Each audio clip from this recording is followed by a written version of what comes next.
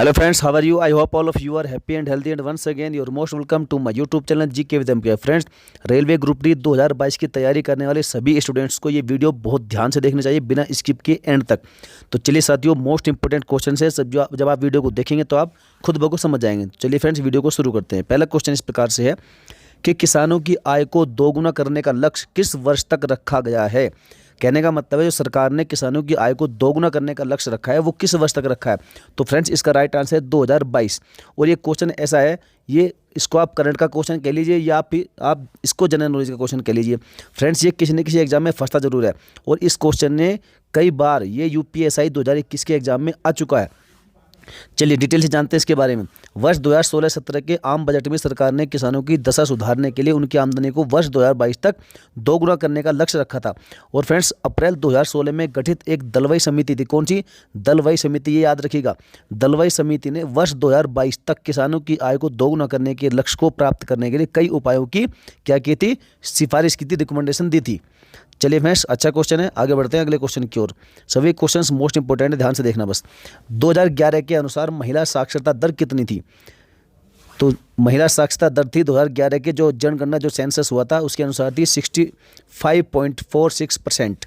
और जो भारत की पुरुष साक्षरता थी वो थी, ये फ्रेंड्स भारत की बात हो रही है, भारत की पुरुष साक्षरता थी 82.14%। जबकि जो भारत की ओवरऑल यदि साक्षरता दर की बात किया है तो वो 74.04%। और यदि बात की जाए कि सबसे अधिक किस राज्य की थी, तो फ्रेंड्स आप सभी जानते हैं कि सबसे अधिक जो साक्षरता दर है वो केरल की है। कितनी है, 94% से भी ज़्यादा है। और सबसे कम है बिहार की, कितनी है, 63.82%। कहने का मतलब है सबसे अच्छा परफॉर्मेंस केरल राज्य का है, और सबसे जो बुरा परफॉर्मेंस है, सबसे बैड परफॉर्मेंस कह सकते हैं, वो बिहार राज्य का है। चलिए आगे बढ़ते हैं अगले क्वेश्चन की ओर। अगला क्वेश्चन है क्वेश्चन नंबर 3। भारत का प्रथम न्यूज़पेपर किस भाषा में प्रकाशित हुआ था। तो इसका राइट आंसर है अंग्रेजी भाषा में। कई स्टूडेंट्स यहाँ पर हिंदी भाषा सोचते हैं, तो friends Hindi is the wrong answer. Right answer है अंग्रेजी भाषा में। और देखिए, जो हिक्की का बंगाल गजट था, जेम्स ऑगस्टस हिक्की उनका नाम था, और इसका जो बंगाल गजट था ये भारतीय उपमहाद्वीप का, फ्रेंड्स भारत का ही नहीं बल्कि पूरे भारतीय महाद्वीप का प्रकाशित होने वाला ये पहला अंग्रेजी भाषा का अखबार था। और यह अखबार 1780 ईस्वी में प्रकाशित हुआ था। कहाँ से, कोलकाता से। कोलकाता कहाँ पड़ता है, पश्चिम बंगाल में पड़ता है, यहाँ की कैपिटल है। और याद रखिएगा कब, 1780 ईस्वी में यहाँ से ये प्रकाशित हुआ था। चलिए फ्रेंड्स, अगले क्वेश्चन की ओर बढ़ते हैं। अगला क्वेश्चन है कि प्रसूति अवकाश, जो महिलाओं का जो प्रसूति अवकाश होता है वो किस संविधान के किस आर्टिकल के तहत उसका वर्णन किया गया है। तो फ्रेंड्स, इसका जो वर्णन है वो आर्टिकल 42 में किया गया है। जो संविधान का अनुच्छेद 42 है उसमें प्रसूति अवकाश का वर्णन किया गया है। और देखिए, जो काम की न्याय संगत और मानवोचित दशाओं का तथा प्रसूति सहायता का उपबंध अनुच्छेद किसमें है, 42 में। याद रखिएगा, कई बार क्वेश्चन पूछा गया है। क्वेश्चन नंबर 5, जनसंख्या के अनुसार सबसे बड़ा लोकसभा क्षेत्र कौन सा है। तो तेलंगाना का है मलकागिरी लोकसभा निर्वाचन क्षेत्र। सबसे बड़ा जनसंख्या के अनुसार जो यहाँ की मतदाता संख्या है वो है आपकी 31,50,303। और इस मतदाता संख्या के अनुसार यह देश का सबसे बड़ा निर्वाचन क्षेत्र हो गया है। और फ्रेंड्स, जो भारत में क्षेत्रफल की दृष्टि से देखा जाए तो लद्दाख सबसे बड़ा संसदीय निर्वाचन क्षेत्र है। जनसंख्या की दृष्टि से कौन सा हुआ, मलकागिरी तेलंगाना का। और क्षेत्रफल की दृष्टि से आप जो है लद्दाख को राइट टिक करेंगे। चलिए अगला क्वेश्चन है क्वेश्चन नंबर 6। उत्तर प्रदेश विधानसभा में कितनी सीटें हैं। अभी उत्तर प्रदेश के चुनाव आने वाले हैं, तो फ्रेंड्स ये क्वेश्चन किसी न किसी एग्जाम में आ सकता है, खासकर रेलवे के एग्जाम में। तो विधानसभा सीटें यहाँ पर 403, और जो विधान परिषद की सीटें हैं तो वो है यहाँ पर 100, और लोकसभा की सबसे अधिक सीट आती है उत्तर प्रदेश से 80, और जबकि राज्यसभा की सीट यहाँ से है 31। इन सभी को याद करिएगा फ्रेंड्स। चलिए आगे बढ़ते हैं। अगला क्वेश्चन है क्वेश्चन नंबर 7। प्रधानमंत्री की सुरक्षा में किस बल को लगाया जाता है। तो राइट आंसर है स्पेशल प्रोटेक्शन ग्रुप, जिसे हम कहते हैं शॉर्ट में एसपीजी। और देखिए, भारत सरकार की एक ऐसी एजेंसी है ये जिसकी एकमात्र जिम्मेदारी किसी की है, भारत के जो प्रधानमंत्री होते हैं उनकी रक्षा करना इसकी एकमात्र जिम्मेदारी है। और या फिर कह सकते हैं कि जो भूतपूर्व जो प्रधानमंत्री है उनकी या उनके जो परिवारों की सुरक्षा करने की जिम्मेदारी भी इसी ग्रुप को दी गई है, एसपीजी को। और इसकी स्थापना कब हुई थी यदि पूछा जाए तो स्थापना इसकी हुई थी 31 अक्टूबर 1984 को। और तत्कालीन प्रधानमंत्री थे उस टाइम पर कौन, इंदिरा गांधी जी। उनकी हत्या के बाद 8 अप्रैल 1985 में कब फ्रेंड्स? 8 अप्रैल 1985 में एसपीजी का गठन किया गया था। ये तिथि आप याद रखिएगा, 8 अप्रैल 1985। और इसके लिए ही संसद ने 1988 में एक एसपीजी एक्ट पारित किया था। और वर्तमान में यदि पूछा जाए तो डायरेक्टर जनरल इसके कौन है? तो इसके डायरेक्टर हैं एसपीजी के अरुण कुमार सिन्हा जी, याद रखिएगा। नेक्स्ट क्वेश्चन है क्वेश्चन नंबर 8। नई अखिल भारतीय सेवा का गठन किसके द्वारा हो सकता है? बड़ा जबरदस्त क्वेश्चन है। तो इसका राइट आंसर है राज्यसभा प्रस्ताव के द्वारा। देखिए, जो भारतीय संविधान के अनुच्छेद 312 के अनुसार संसद को संघ और राज्यों के लिए एक या एक से अधिक अखिल भारतीय सेवाएं, एक अखिल भारतीय न्यायिक सेवा सहित बनाने का अधिकार प्राप्त है। किसको? राज्यसभा को। तो यहाँ पर लोकसभा मत कीजिएगा, यहाँ पर इसका राइट आंसर है राज्यसभा।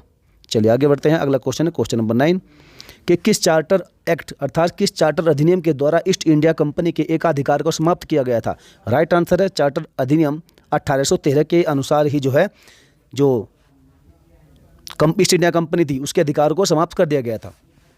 नेक्स्ट क्वेश्चन है क्वेश्चन नंबर 10। प्रथम पीढ़ी के कंप्यूटर में किसका प्रयोग हुआ था? इस क्वेश्चन ने भाई साहब धुआं मचाया था। किसमें? यूपीएसआई 2021 के एग्जाम में। तो राइट आंसर इसका वैक्यूम ट्यूब का। देखिए, प्रथम पीढ़ी के जो कंप्यूटर थे उसमें प्रयोग हुआ था वैक्यूम ट्यूब का। और जो दूसरी पीढ़ी सेकंड पीढ़ी आई उसमें, और सेकंड पीढ़ी कब से कब तक थी? 1956 से 1965 तक। और इसमें उपयोग हुआ किसका? ट्रांजिस्टर का। और तीसरी पीढ़ी आई आपकी 1966 से 1975 तक चली। और इसमें जो प्रयोग हुआ है वो किसका हुआ था? एकीकृत सर्किट का प्रयोग हुआ था। ये तीनों फैक्ट मोस्ट इंपोर्टेंट है, सभी को याद रखिएगा। अगला क्वेश्चन है question number 11। National investigation agency act कब पारित हुआ था? तो ये एक्ट पारित हुआ था वर्ष 2008 में। नेक्स्ट, वन्य जीव और वन दोनों को किस संविधान संशोधन के तहत 7वीं अनुसूची की समवर्ती सूची में रखा गया है? किसमें? 7वीं अनुसूची की समवर्ती सूची में रखा गया है वन्य जीव और वन दोनों को। तो इसका राइट आंसर है 42 जो अमेंडमेंट एक्ट था। तो 42वें संविधान संशोधन अधिनियम 1976 के द्वारा 7वीं अनुसूची की समवर्ती सूची में रखा गया इसे। चलिए आगे बढ़ते हैं। एनवायरनमेंट का क्वेश्चन है, बहुत इंपॉर्टेंट है। नेक्स्ट क्वेश्चन है कि इंफॉर्मेशन टेक्नोलॉजी एक्ट कब पारित हुआ था? तो इंफॉर्मेशन टेक्नोलॉजी एक्ट पारित हुआ, जो इसे हम आईटी एक्ट कहते हैं, वो पारित हुआ था आपका वर्ष 2000 में। और देखिए, जो सूचना तकनीक अधिनियम भारतीय संसद द्वारा पारित एक अधिनियम है, जो इसमें क्या था कि 17 अक्टूबर 2000 को पारित हुआ था। और जबकि जो आरटीआई एक्ट है, हम बार बार कहते हैं कि हमने आरटीआई लगाई फला कंपनी पर या फला संस्था पर, और ये आरटीआई याद रखेगा सिर्फ और सिर्फ एक किसी न किसी सरकारी संस्था पर ही लग सकती है। आपको अधिकार है कि आप किसी भी सरकारी संस्था से सूचनाएं मांग सकते हैं। तो ये जो आरटीआई एक्ट है ये 2005 में सूचना का अधिकार अधिनियम ये कानून बनाया गया था। चलिए आगे बढ़ते हैं। अगला क्वेश्चन है क्वेश्चन नंबर 14। केंद्रीय सतर्कता आयोग अधिनियम कब पारित हुआ है? तो देखिए, जो केंद्रीय सतर्कता आयोग अधिनियम है वो पारित हुआ आपका 2003 में। और इसके द्वारा इसे सांविधिक दर्जा प्रदान किया गया था। और जो central vigilance commissioner of India है वर्तमान में कौन है? सुरेश एन पटेल। याद रखिएगा, ये करंट का क्वेश्चन है। Central vigilance commissioner of India वर्तमान में सुरेश एन पटेल जी हैं। और जो 11 फरवरी 1964 को भारत सरकार के संकल्प के द्वारा इसे स्थापित किया गया था। किसे? केंद्रीय सतर्कता आयोग को। चलिए फ्रेंड्स, अगले क्वेश्चन की ओर बढ़ते हैं। अंतिम प्रश्न आप आज का, संसद की संयुक्त बैठक की अध्यक्षता कौन करता है? तो जो संसद की संयुक्त बैठक जो होती है उसकी अध्यक्षता करता है लोकसभा का अध्यक्ष। और उसकी अनुपस्थिति यदि हो तो कौन करेगा? तो लोकसभा का उपाध्यक्ष करेगा, याद रखिएगा। और संसद की जो संयुक्त बैठक है उसको राष्ट्रपति बुलाता है। देखिए, बुलाते हैं उसको राष्ट्रपति है और अध्यक्षता करते हैं लोकसभा के अध्यक्ष। और इसका उल्लेख किसमें है? तो इसका उल्लेख है आर्टिकल 108 में। आर्टिकल 108 में कहा गया है कि संसद की संयुक्त बैठक की अध्यक्षता करेगा लोकसभा का अध्यक्ष। चलिए, सभी क्वेश्चंस मोस्ट इंपोर्टेंट फ्रेंड्स। यदि वीडियो आपको अच्छी लगी होगी, यदि क्वेश्चन सारे यूजेबल लगे होंगे, नॉलेजेबल लगे होंगे, तो फ्रेंड्स वीडियो को लाइक करिएगा और अपने सभी दोस्तों में वीडियो को धुआं करके शेयर कर दीजिएगा। और यदि कोई आपके पास सुझाव है, कोई मिसप्रिंट हो गया, तो आप हमें कमेंट करके बता सकते हैं। तो चलिए फ्रेंड्स, वीडियो को यदि आपने लाइक नहीं किया, लाइक कर दीजिएगा और चैनल को सब्सक्राइब करके अभी के अभी बेल आइकन को प्रेस कर दीजिएगा। चलिए फ्रेंड्स, मिलेंगे फिर किसी नेक्स्ट वीडियो में। जय हिंद, वंदे मातरम।